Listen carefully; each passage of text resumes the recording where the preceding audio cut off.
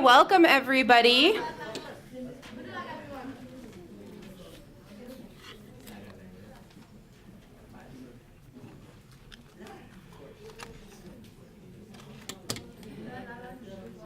Okay, we're gonna get started. I know people will be coming in and out too, so especially students, if you see people coming in and out, just ignore that and keep going with whatever you're doing, okay? Welcome to our 5th annual Journey to America narrative short story reading. We have been doing this for 5 years, obviously. The first year we did it was the 6th year we didn't actually do a book, but this is the 5th year. This year, if you're familiar with our project, we have a couple things we added to it. So just a little history of our project. I had my students write some stories about how they came to the U.S. just as an essay and turned it in as a class assignment. And once I started reading them, I saw how amazing these stories were, and I just thought that everybody really needed to hear these stories. And so, well, we lost our connection there. That's okay. Hopefully it'll come back up. Oh, there's us. Yeah, you guys haven't seen that one yet. It'll come up.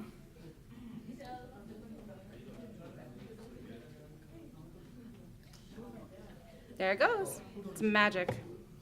Just don't move the computer. So with our project, what happens, I'll just keep talking here, is that our students write their stories with the help of university students from North Dakota State University and Concordia, and then other community members. And they come in during the 8 weeks of writing.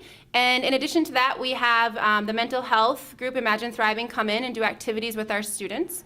And then we also have we also do a narrative 4 type of project where our students partner either with a native speaking English class or with each other, and they do a story sharing activity which really helps create empathy. So we do a lot of work up front with our project. We invite speakers into our schools, such as Daniel Trust, which is, he was a Rwandan genocide survivor. And he came to our school and spoke to the whole school this year about his message and about his story. And so then the students can draw some inspiration through our speakers. We also have speakers such as Damber Suba, who is our para for our EL group, who's here today. And he tells his story about being involved in the genocide and the massacre that happened in Bhutan, and how all of those people ended up in the Nepali refugee camps. So then we do a lot of work right at the beginning of the project to really get the students thinking about their own stories. This year we added a couple new things. We partnered with the 2018 Kansas State Teacher of the Year, Sam Neal, and her students read our students' drafts of their stories and gave them feedback and helped them revise and edit their stories through the online format, the online program of Flipgrid. And so they could do videos back and forth to each other, and then also use Google Drive to send the feedback.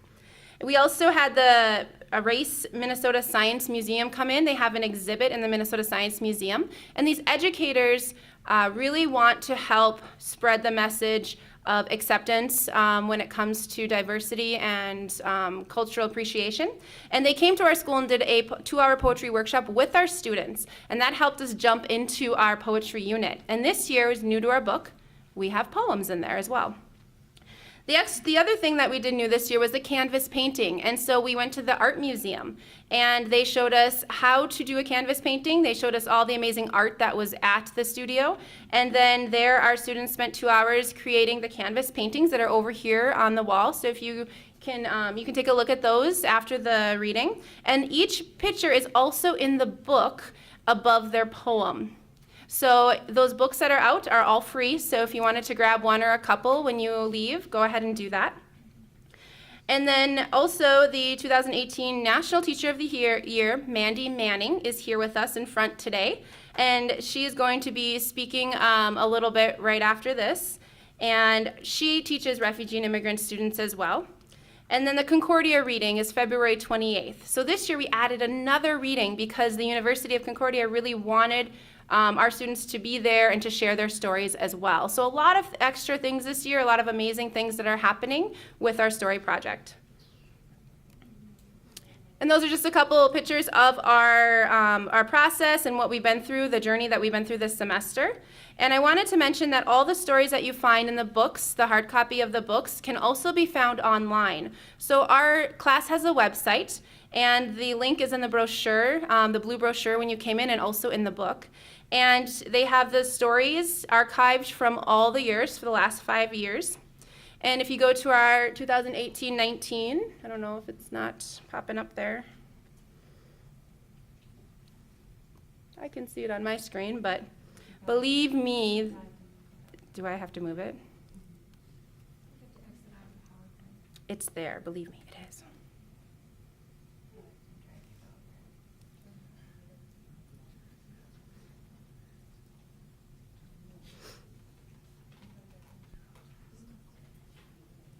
There we go. Okay. So this website is our, like I mentioned, our class website. We have pictures, we have news, we have some things, some EL lessons ideas for teachers. And then also here is our 2018-19 stories. So each student made a flip snack book, and it's a hosting website that will host their stories. If you click on the link, you can go to their book, and then you can actually read it online and zoom in to their book. So if you don't have a hard copy, you can read it anywhere you like. And that link again is in the book as well. So I want to get to the good stuff. I want to have the students read and have enough time to do that. And first I'm going to introduce Mandy Manning. Hopefully my picture collage will pop up here. So I first met Mandy actually about last year about this time. I was on a journey to California, I believe, starting my North Dakota Teacher of the Year residency, and the first person that I met when I walked into the hotel, and I was super nervous and scared, I didn't know anybody, and I saw a really tall lady standing at the table, and honestly I thought that she was the organizer and in charge because she just looked like she was in charge. And when she turned around, she saw me, and I said, "Hi, I'm Leah," and she just immediately gave me a hug, and I awkwardly put my hand out to give her a handshake, but she gave me a hug. And she says, "We hug where I'm from." And I said, "Oh, I'm from North Dakota, so do we." And so that was the first time I met Mandy Manning. And from then, she was named the National Teacher of the Year, and she works in Washington State. And she works in Spokane at Juelke High School with refugee and immigrant students. And as she was mentioning, her class looks very much like my students that are here today. And the work that she's done with them is just amazing. And so I really wanted her to come here and to talk with our students and to talk with our community about the work that she does and how she is really making a difference in her community as well. And other things as well, not just her community, but within the nation, which she'll probably mention. So I could keep talking about Mandy all day, but Mandy, I wanted to have you come up and just say a few words. So Mandy Manning, everybody. All right. Hi, you guys. So I'm super excited to be here. I was supposed to be here yesterday. Well, I did get here yesterday, but it was like at 11:45 at night. So I was supposed to be here yesterday to speak, but it didn't work out. So I'm really excited to be here. Leah amazes me every single day. So Ms. J, she amazes me every day. And when I look at what she has done with students and given everybody a voice, it's really amazing. And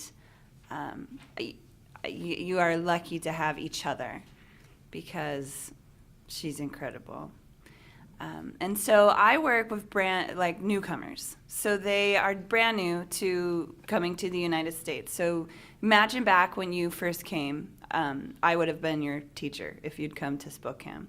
So when you first arrived, didn't know what to expect in the United States, didn't know what to expect in a high school in the United States, and then maybe didn't know English very well. So I would have been the smiling face to greet you.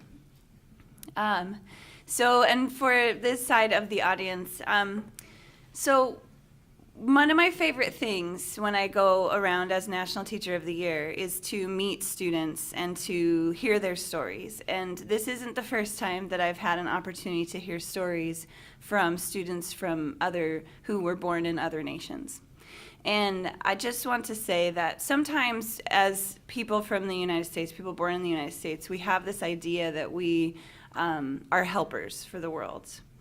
But really it's an exchange, and we give each other gifts.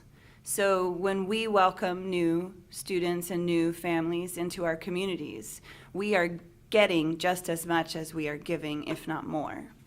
In my experience in the last 7 years working, well, this would have been my 8th year. I don't get to be with my beautiful students, but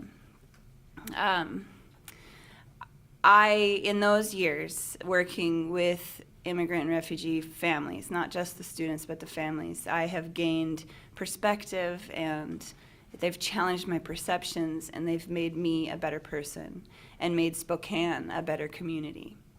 And that's what's so amazing about what Mrs. J is doing, because she's helping the world to hear these stories. And these stories that you tell change lives. They change your life, but they change the life of all of the humans that get to hear them. And you are giving them a gift. So today, you are receiving a gift. And that's invaluable. So since I have a microphone, though, I just want to mention, if you look here at this picture, what is going on with this? Okay. All right, if you look here at this picture. So one of the things that I've been working really hard on this year is we have entered a time in our nation when people are very fearful, particularly fearful of individuals who they perceive as different from themselves. And my experience in the world and in teaching and growing up and traveling and meeting people, I know that the world is not as scary a place as we in the United States sometimes think. And that's because there's beautiful humans everywhere. And right now in our nation, we tend to be ruled by fear a little bit. And so this year has given me an opportunity to have a platform. And so one of the things that I've done is created Teachers Against Child Detention, which is a movement for educators in opposition of putting immigrant children in prisons across the United States simply because they were not born here. And so if you're interested, I would love it if you would visit our website. It's teachersagainstchilddetention.org. We will be in El Paso, Texas this weekend, doing a day-long teach-in for freedom and demanding the release of all of the children. Because just right here in this room, you can see the beauty and everything that they bring to our communities.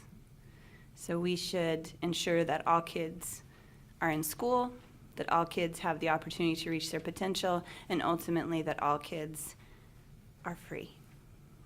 So thank you for having me here with you today. I'm so honored and excited to have the gift of your stories. Thank you.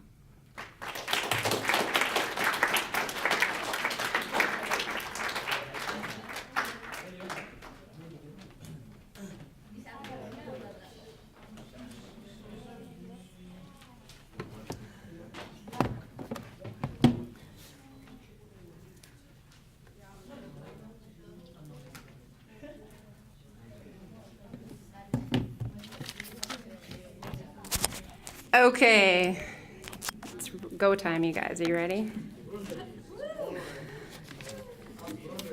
Okay, so how this is going to work is I'm going to introduce each student with their About the Author page that they wrote about themselves.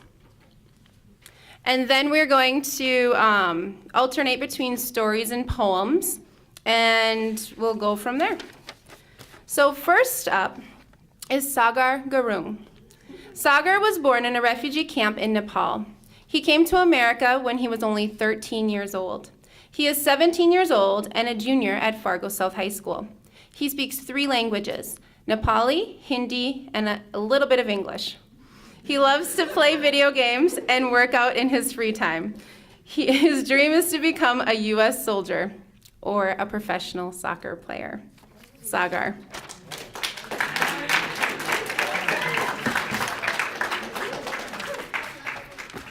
That's my right. Do I say my name? No, just go with the title, and then you move this if you need to. Just get really close. I had to move. All right. Hello, guys. The happiest of days. I opened my eyes slowly. All I could see was a pitch black, and only thing that got in my way was buzzing crickets outside of my house. My parents didn't know that I was awake, but I knew what I had to do. My friends were waiting outside of my house, trying to call my name without waking my whole family. In my family, there were 7 of us. We had only 2 bedrooms. I used to sleep next to my dad and close to the wall.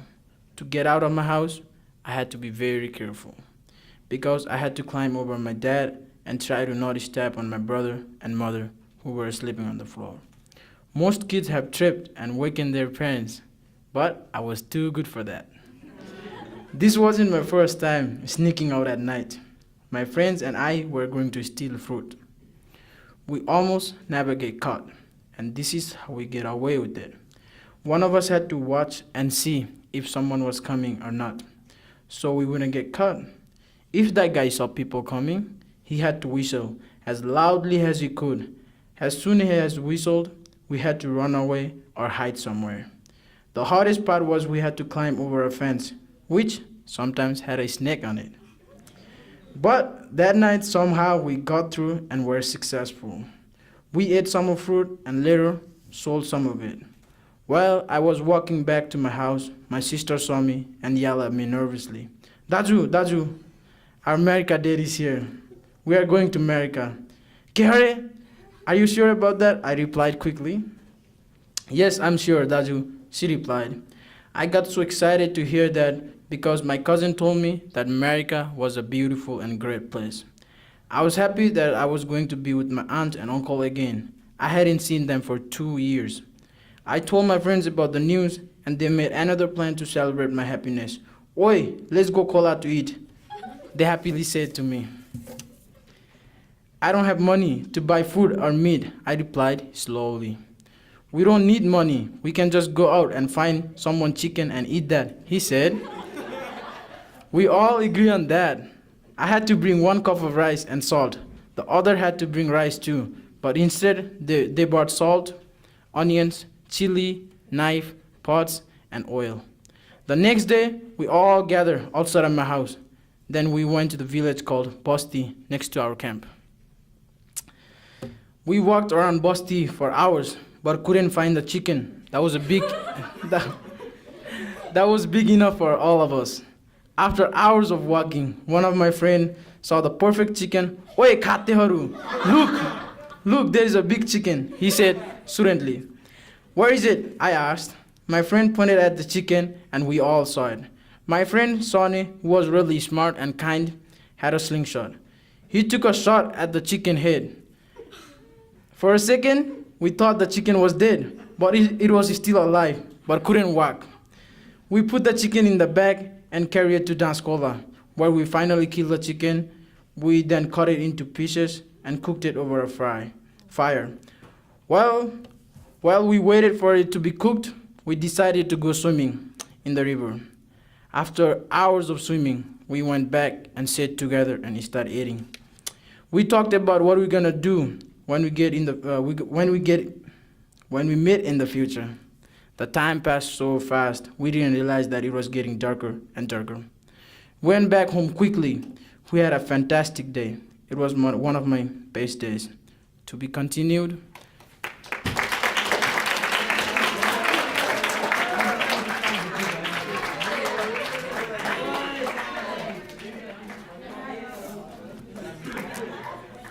So I wanted to mention too that in their stories they also have some of their native language in there, some phrases or words. And in the back of the books you can find the glossary. They made a glossary for those that don't speak their language, so you can look it up.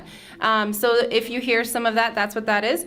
And then also some of our students chose selections because their story is much longer than what they're reading. So they may say to be continued, or they may start kind of in the middle of it, just so you know that you can find it in the book afterwards and then read the full story. Next up, Kabita Rai. Kabita was born in a refugee camp in Nepal in 2001. She came to the U.S. in 2012. She lives with her father and her grandparents. She is 17 years old and a junior at Fargo South High School. She plays soccer for Fargo South High and Global Youth United. She loves math and art. In the future, she wants to be a nurse, take care of her family, and grow more in Christ. Kabita.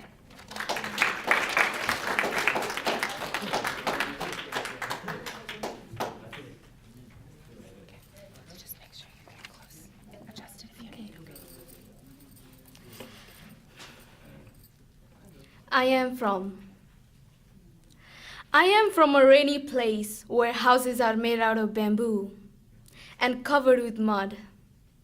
From muddy roads and sitting on the floor in the pira.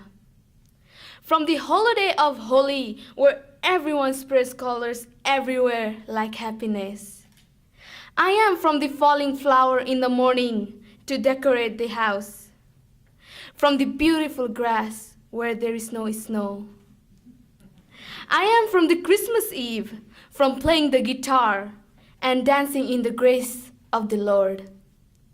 From the family of Pratap, Motimaya, and Harka, from Kali to Gopal Rai. I am from the family that helps each other. In my darkest hour, they bring the light. I am from the music of love and watching the movie Kaha Betiela. I am from be a good person and never date until you're older. I am from the family who tells me to cook because I'm a girl, because it will help when I get married. I am from Amda, where my mom gave birth to me so I could see the beautiful world. From cooking masubat to celebrate Dasai. I am from the family of hard-working grandfather, a grandmother who raised me up with manners, and from a dad who did not leave me behind when my mom left. I am from playing soccer in the muddy ground and to playing soccer in the grassy fields. I am from 17 years of stress, sadness, and change. Thank you very much.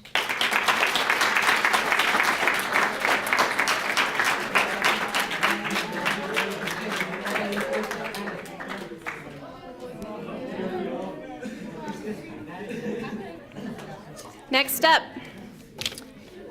Diana Gui. Diana was born in Monrovia, Liberia on January 4th, 1999. She came to the U.S. on May 28th, 2015. She came with her father, mother, and her little sister. She is 19 years old and is in the 12th grade at Fargo South High School. She speaks 2 languages, Liberian English and American English. Her favorite subject in school is math, and her dream job is to be an accountant. Diana.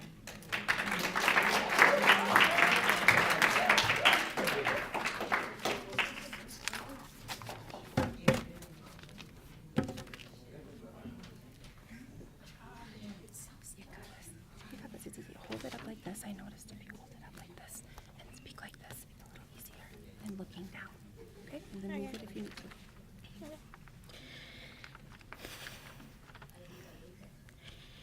When the going gets tough. My parents were struggling to keep that little flower shop open because of the lack of customers. At one point, my father had no choice but to close the shop. Since he didn't have a job to pay for my school fees, I had to drop out of school for 1 year. My father eventually took a loan from the largest bank in Liberia to open a little hair salon for my mother. My job every day was to stay at the salon to help her do hair, and I would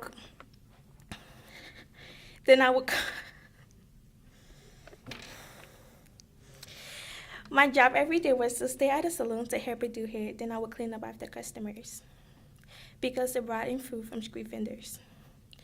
My mother's little business started to grow quickly, and she began to make money because of her skills as a hairdresser and her love for doing hair. The next year before school opened, my mother had saved enough money to pay my school fees for the whole year. I was very happy when she told me, because I was tired of sitting at home. I would always inspire my friends as they walked to school in their beautiful green and white uniforms. When school opened, my mother bought a new uniform, book bag, and shoes. I could not wait to go to school and come back to help my mom and my aunts in the salon. Everything was going quite well till the disease Ebola came into my country. People started to get horribly sick and eventually died. When Ebola surfaced, my aunt who used to help my mother in the salon got infected and died 2 days after. My mother was very sad. People started coming around us. People started going to the salon to get their hair done by my mother because they thought we had Ebola.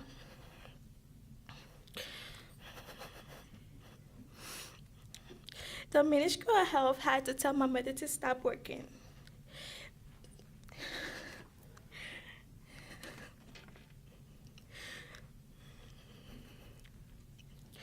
The Ministry of Health had to tell my mother to stop working and to put us on quarantine for 10 days. So we could not go around others or be in contact with other people. Ebola resulted into my school and my mother's business getting shut down. Everyone was afraid of eating meat, shaking other people's hands, or getting in any contact with other people.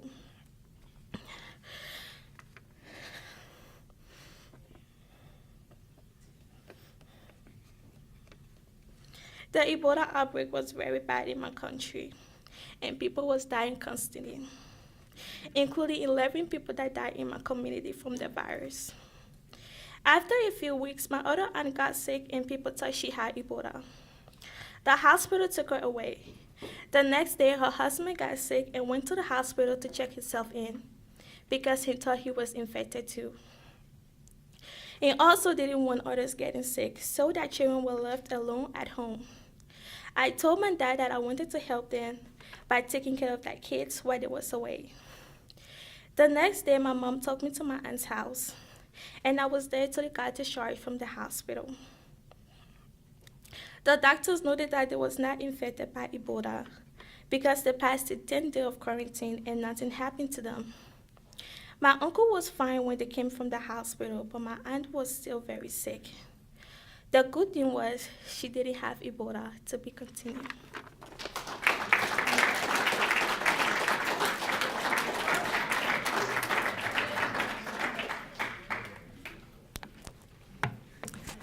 Next up, Taylor Labungo.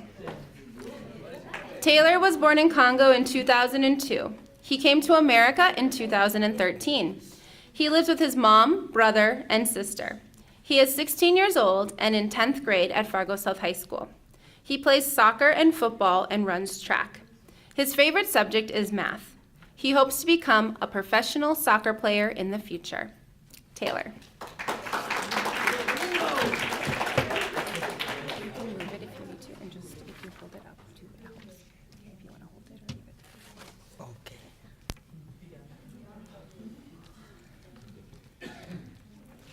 I'm from a hot summer and rainforest, from Kikwembe and Fufu. I'm from opening presents on Christmas and dancing all night. I'm from tall trees, waterfalls, and lots of fruits. From a dark-skinned family and playing games every weekend. I am from Taylor, Aziz, Divine, and Juelke Labungo. From a sporty and funny family. I am from Chris Brown songs and watching Avengers. From a family that tells me you have the most beautiful smile in the world. From Congo and eating fufu with chicken. From winning national game of soccer. I am from 16 years of happiness, joy, traveling, and adventure.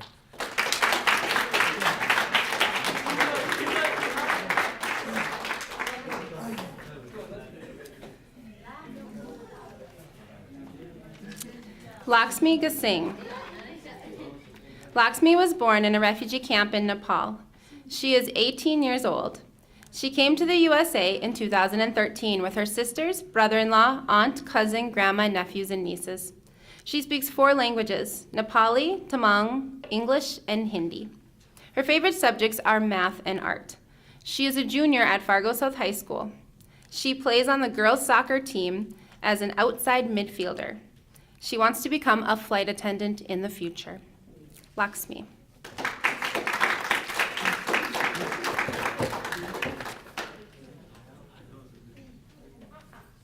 got this. If you need to move it and get closer, that's good. Just make sure you stand close. And if you want to hold it up, it helps if you hold it a little bit. But just get really close.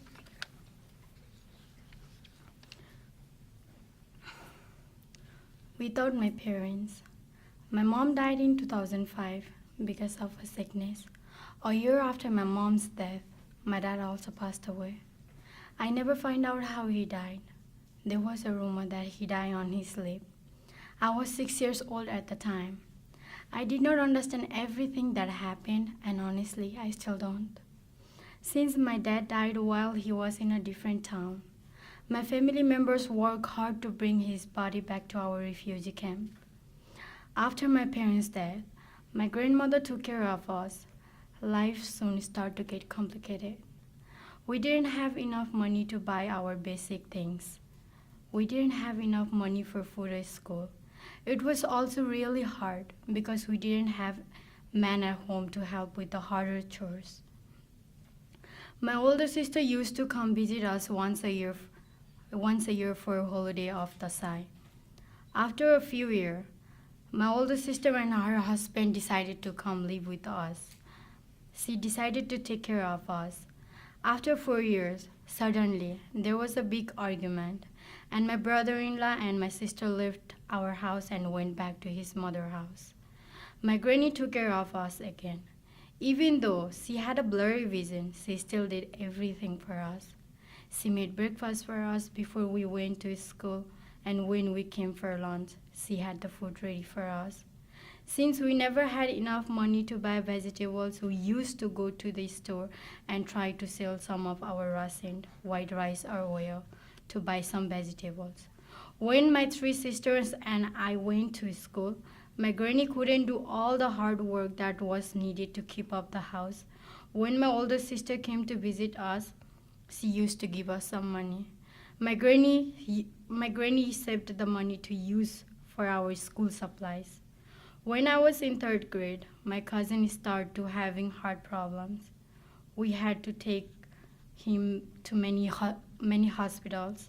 We had to take lots loans for his treatment, but it didn't work out, and he still passed away.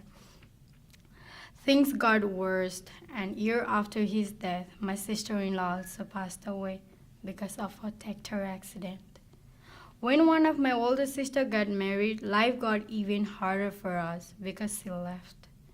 Soon after, my other older sister decided to quit school and work so we could have some money. She went to work far away from our house. She went there for a year. And when she came back, she told us her manager wasn't a good person. She said her manager didn't give her the money for working, and my sister and her friends had to run away from there. To be continued.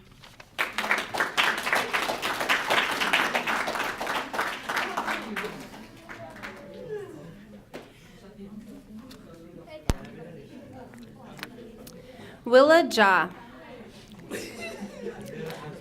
Willa was born in Liberia in 2000. She came to the U.S. on October 19th, 2015 with her mom. She is 18 years old and in 12th grade at Fargo South High School. In her spare time, she likes to watch movies and hang out with friends. She speaks Liberian English and American English. Her favorite subjects in school are science and math. In the future, she wants to become a registered nurse. Willa.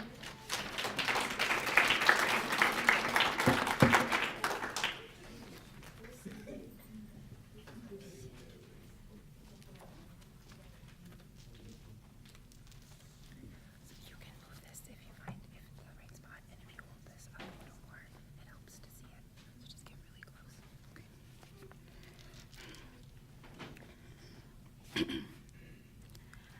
I am from a hot land and lots of trees. I am from giving thanks on Thanksgiving Day for everything God has done for me and my family. From palm trees and cutting sugarcane down. From cooking big pots of palm butter soup, black skin, brown eyes. From William, Wilma, and Willa. I'm from being loud, talkative, and outgoing. From singer Chris Brown in the movie Boys Bye. I'm from don't follow bad friends and don't make bad choices like a fool. From church, school, and doing assignments. From braiding hair on Sundays as fast as I can. I'm from Liberia, sano, rice, and fufu. I'm from watching movies on Friday night with my family and going outside on a summer night with my sisters. From playing kickball and being a champion at Lapa. I'm from 18 years of laughter, sadness, and happiness.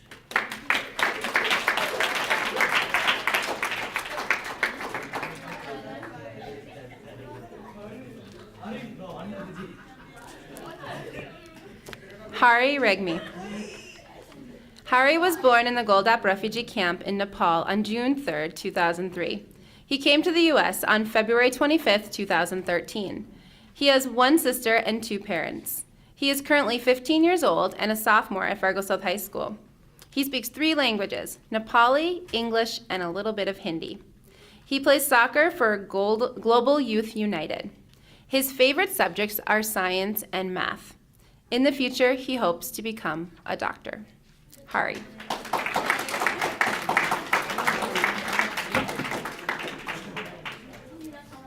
Just do the best you can and speak nice and loud, and you can move this if you need to. So just step a little closer. Also, if you hold it up, you can see better. A better place. I was born in Nepal in Goldap refugee camp. My parents are originally from Bhutan. Around 1990, there were no human rights in Bhutan, no cultural freedom, and no freedom of speech. Instead, the king began to apply many rules which harmed the citizens of Bhutan.